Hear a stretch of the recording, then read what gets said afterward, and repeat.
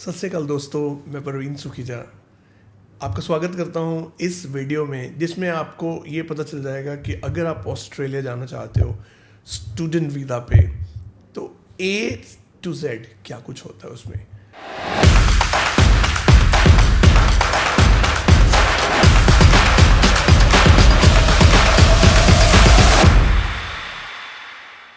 बहुत सारे स्टूडेंट्स, बहुत सारे पेरेंट्स ये जानना चाहते हैं कि if I want to go to Australia, if I want to send my kids to Australia, तो व्हाट आर द प्रोसेस, कब तैयारी शुरू करनी चाहिए।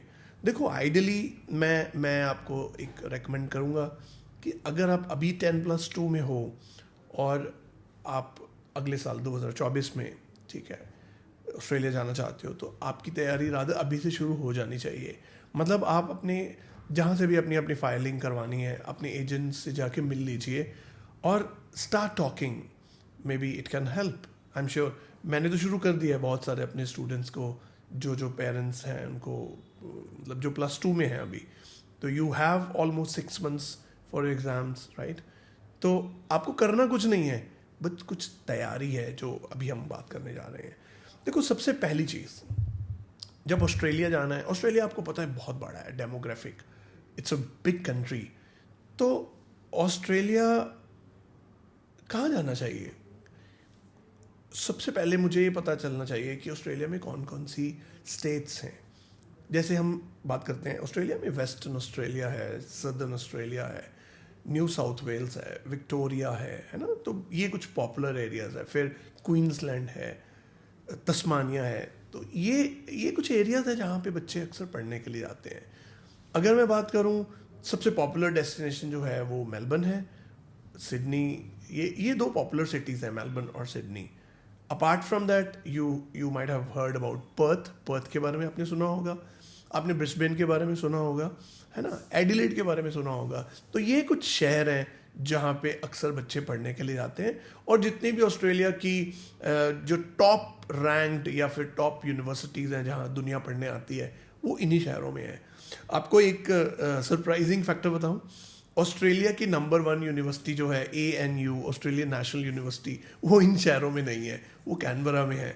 सो बाकी सब यूनिवर्सिटीज़ इन्हीं शहरों में है, लेकिन नंबर 1 जो यूनिवर्सिटी है, Australian national university, that is in Canberra.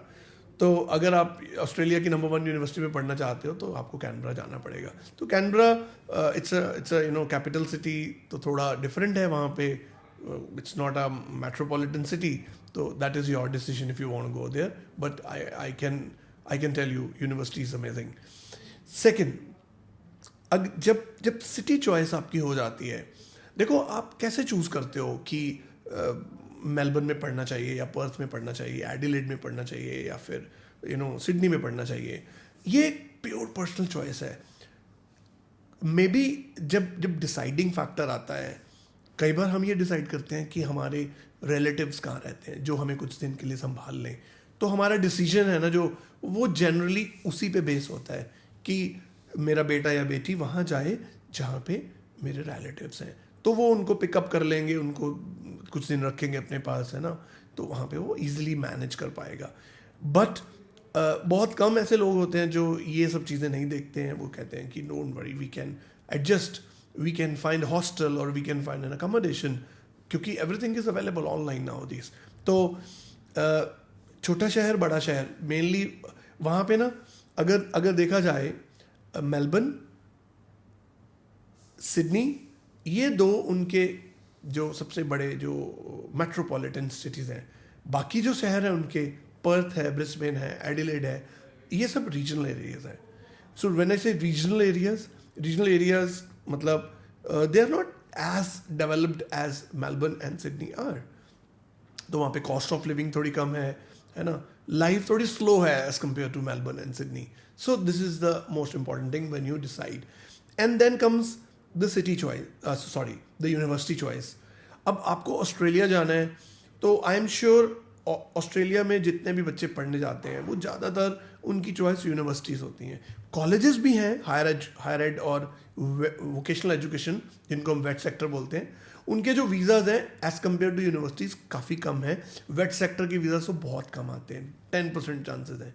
But yes, अगर आप बात करें कॉलेजेस में, हायर एजुकेशन जहाँ पे बैचलर्स होती हैं या मास्टर्स हैं, तो उनमें सक्सेस रेट उतना नहीं है जितना यूनिवर्सिटीज़ का है. तो it is your decision purely कि whether you want to go for higher success rate और लोअर सक्सेस रेट. तो when it comes to university, तो यूनिवर्सिटी में आपको रैंकिंग वाली यूनिवर्सिटी चाहिए. Australia is a country where top 100, अगर मैं यूनिवर्सिटीज़ की बात करूँ दुनिया की, तो there are almost 5 universities which come under top 100. तो this is new, this is very good, you can choose from them. तो then you can choose from group of 8. Australia में ग्रुप ऑफ 8 यूनिवर्सिटीज़ हैं. Almost हर city में 1 या 2 universities हैं. To name a few, I'll tell you. University of Melbourne, Monash, ये 2 universities Melbourne में हैं. University of Sydney, of course Sydney में है. ANU के बारे में बात कर चुका हूँ मैं, वो है कैनबरा में. फिर यूनिवर्सिटी ऑफ वेस्टर्न ऑस्ट्रेलिया, ये है पर्थ में. फिर यूनिवर्सिटी ऑफ क्वींसलैंड, ये है ब्रिस्बेन में. और यूनिवर्सिटी ऑफ एडिलेड, सो ये है एडिलेड में. सो ये ग्रुप ऑफ 8 है. No, what is group of 8? Group of 8 is it's a group of elite top research based universities, ranked universities which has wonderful results, wonderful मतलब मैं कहूँगा कि वहाँ का इंफ्रास्ट्रक्चर, वहाँ पे फैकल्टीज, वहाँ पे वो हर चीज़ जो एक स्टूडेंट एक्सपेक्ट करता है उसकी यूनिवर्सिटी में हो, वो है. तो you can choose from the group of 8 and based on your location choice.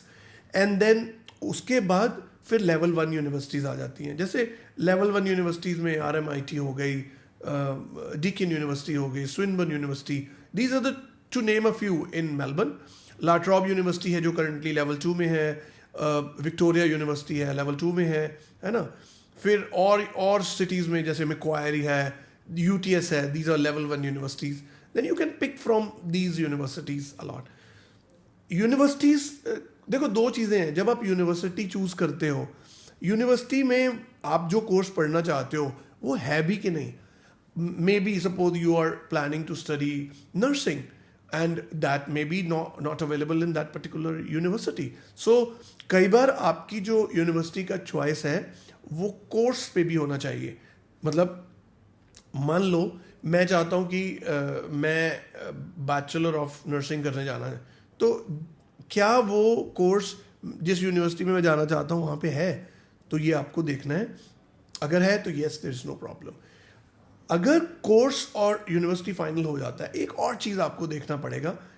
I would strongly suggest you that is scholarships. All universities, they do provide international students को scholarships देती हैं. वो उसको academic excellence scholarship बोलते हैं, कहीं कुछ और नाम देते हैं. तो मतलब अप फ्रंट आपको 20% से लेके 25 या फिर 30% तक यूनिवर्सिटीज़ आपको based on your 10+2 result. I repeat, उसके लिए कुछ स्पेशल क्राइटेरिया नहीं है, जस्ट 10+2 का रिजल्ट के ऊपर बेस्ड है. अगर आपके मार्क्स, जो भी उनकी कैटेगरीज बनी हुई हैं, जो भी उन्होंने अपने वो बनाए हुए हैं मार्क्स, स्कॉलरशिप का क्राइटेरिया. जैसे कुछ यूनिवर्सिटीज़ हैं, RMIT है, they give you fixed flat 20%. But if you talk about Deakin University, they start from 15, 20, 25% based on your marks in your 12th or maybe your graduation, right? So scholarship helps, क्योंकि it helps you to ease off your pressure. काफ़ी फ़ी देखो dollars में होती है on an average. In universities की अगर आप under graduate की फ़ीस देखो तो ये 35 to 40,000 के बीच में है. तो $40,000 में अगर 25% आपको स्कॉलरशिप मिलता है तो it will go straight forward $10,000 per year. तो if you multiply it with 3, it will is of 30,000 जो कि आपको पे करना है. सो दोस्तों, कुछ यूनिवर्सिटीज़ में क्या है, जैसे मैं एग्जांपल लेता हूँ. अभी डीकन यूनिवर्सिटी की एग्जांपल लेते हैं, जो मेलबर्न की बड़ी पॉपुलर यूनिवर्सिटी है. डीकन यूनिवर्सिटी ने अभी रिसेंटली बैचलर ऑफ नर्सिंग पे स्कॉलरशिप ख़त्म कर दिया. मेरे एक स्टूडेंट का बैचलर ऑफ नर्सिंग में कंडीशनल ऑफर लेटर आया हुआ था and she was just going through the interviews and other GT process. हुआ क्या, जब उसकी अनकंडीशनल आई तो there was no scholarship. We were surprised when we approached university and asked them why you took off, and they said because nursing is now, we are now QS20 ranking, I mean हमारा जो ranking है दुनिया में वो 20 number का है. We are the best in the world. तो इसलिए we are not going to give any university any scholarship to students for our Burwood campus and then Geelong campus. उनका एक वाटर फ्रंट कैंपस है, वहाँ पे I think they are giving, yes they are giving. तो if you want to study in Deakin and want scholarship in nursing, you have to choose the third campus जहाँ पे आपको वो scholarship मिलेगा. तो स्कॉलरशिप कौन सी यूनिवर्सिटी दे रही है नहीं दे रही, जैसे स्विनबर्न यूनिवर्सिटी है वो भी नहीं स्कॉलरशिप देती है नर्सिंग पे. आईटी पे सब लोग दे रहे हैं, बिजनेस पे दे रहे हैं, या बाकी जितने भी कोर्सेज सब दे रहे हैं. So you need to get in touch with your consultant. जिस कंसल्टेंट्स के भी जहाँ से भी आपने फाइल लगानी है, जो भी आपकी काउंसलर है उनसे जाके डिटेल्ड आप नॉलेज लीजिए कि आपका जो यूनिवर्सिटी है, कोर्स है, वो आपको कितना स्कॉलरशिप दे रहे हैं, उसमें उनकी रैंकिंग क्या है, उनका क्या मतलब क्या अलग बेनिफिट्स क्या हैं आपको जो मिलने वाले हैं. So you have full rights to ask your counsellor and you should know all those things before you finalize. Now, once you have finalized the university, once you have finalized the course, the next is to apply for the offer letter. Now, friends, I would strongly recommend you, of course, normally almost सब अच्छे agents हैं जो responsible consultants हैं, they give students email ID, because student की email ID जब university को दी जाती है तो जब भी कोई अपडेट आता है, जैसे ऑफर लेटर फर्स्ट अपडेट है, या फिर एक्नॉलेजमेंट का आता है कि we have received your application, तो students you will get direct an email from university that your application has been received and it's under process. And during that, अब देखो एक बहुत बड़ा मसला है, स्टूडेंट्स ये पूछते हैं कि हमारी ऑफर लेटर कितने दिन में आएगी. देखो हर यूनिवर्सिटी का अपना है, कुछ यूनिवर्सिटीज़ 2 दिन में दे देती हैं, कुछ दो महीने लगाती हैं. तो आपको जब आप अप्लाई कर रहे हो ना, आप अपने कंसल्टेंट्स, अपने काउंसलर से पूछिए कि ये जो यूनिवर्सिटी में आप अप्लाई कर रहे हो, how much time they take. अगर वो उनका जो टर्न अराउंड टाइम 4 वीक्स है, तो it's okay, then you should not ask for an offer letter before 4 weeks. क्योंकि मैंने देखा है स्टूडेंट्स बड़े रेस्टलेस हो जाते हैं, पैनिक हो जाते हैं. कई लोग तो मतलब I have seen they do different things, I mean they approach different people कि क्या हो गया, क्यों नहीं आ रहा ऑफर, मेरी फ्रेंड की तो 2 दिन में आ गई या उसकी 1 हफ्ते में आ गई. Just cool down. You just need to know which university you have applied and how much time they take. ऐसा नहीं होता है कि आपके लिए वो ज़्यादा टाइम ले रहे हैं. Normally they take time. If they take 4 weeks, that's fine. You'll get your offer letter in 4 weeks. And if you get, if they do it in 2 weeks, you'll get offer letter in 2 weeks. So you don't have to worry about that. Next thing, once your application is submitted, and once you get your conditional offer letter, yes, now what the term conditional offer letter means, that you cannot pay upfront. Unlike Canada, once you got an offer letter, there is no conditions in an offer letter from Canada. You can directly pay same day or maybe the next day. But in Australia, you cannot pay next day because there is a process. Every offer letter, you need to read the offer letter very carefully. Every offer letter has some conditions. अभी currently जब हम ये video बना रहे हैं तो we are going through one transition period when आपने सुना होगा कि ऑस्ट्रेलिया में कुछ चेंजेस आ रहे हैं, और जो चेंज आ रहा है ना वो ये है कि ऑस्ट्रेलिया ने अभी डिक्लेयर किया है कि अभी GTE से चेंज होके we are moving to GST. Now it has not been implemented. GTE is what genuine temporary entrant, where you are supposed to explain through an interview or through an SOP that I will come back to my country. If you're applying from India, you have to tell that what are the incentives to return back to India after completing the studies. So this was very confusing. Normally क्या होता है कि अगर मुझे पढ़ने जाना है, आप पढ़ाई के बाद वर्क परमिट देते हो, वर्क परमिट के बाद PR देते हो, but you cannot talk about that. Believe me, आज ये बहुत ही सरप्राइजिंगली एक ऑस्ट्रेलिया ने मूव किया है.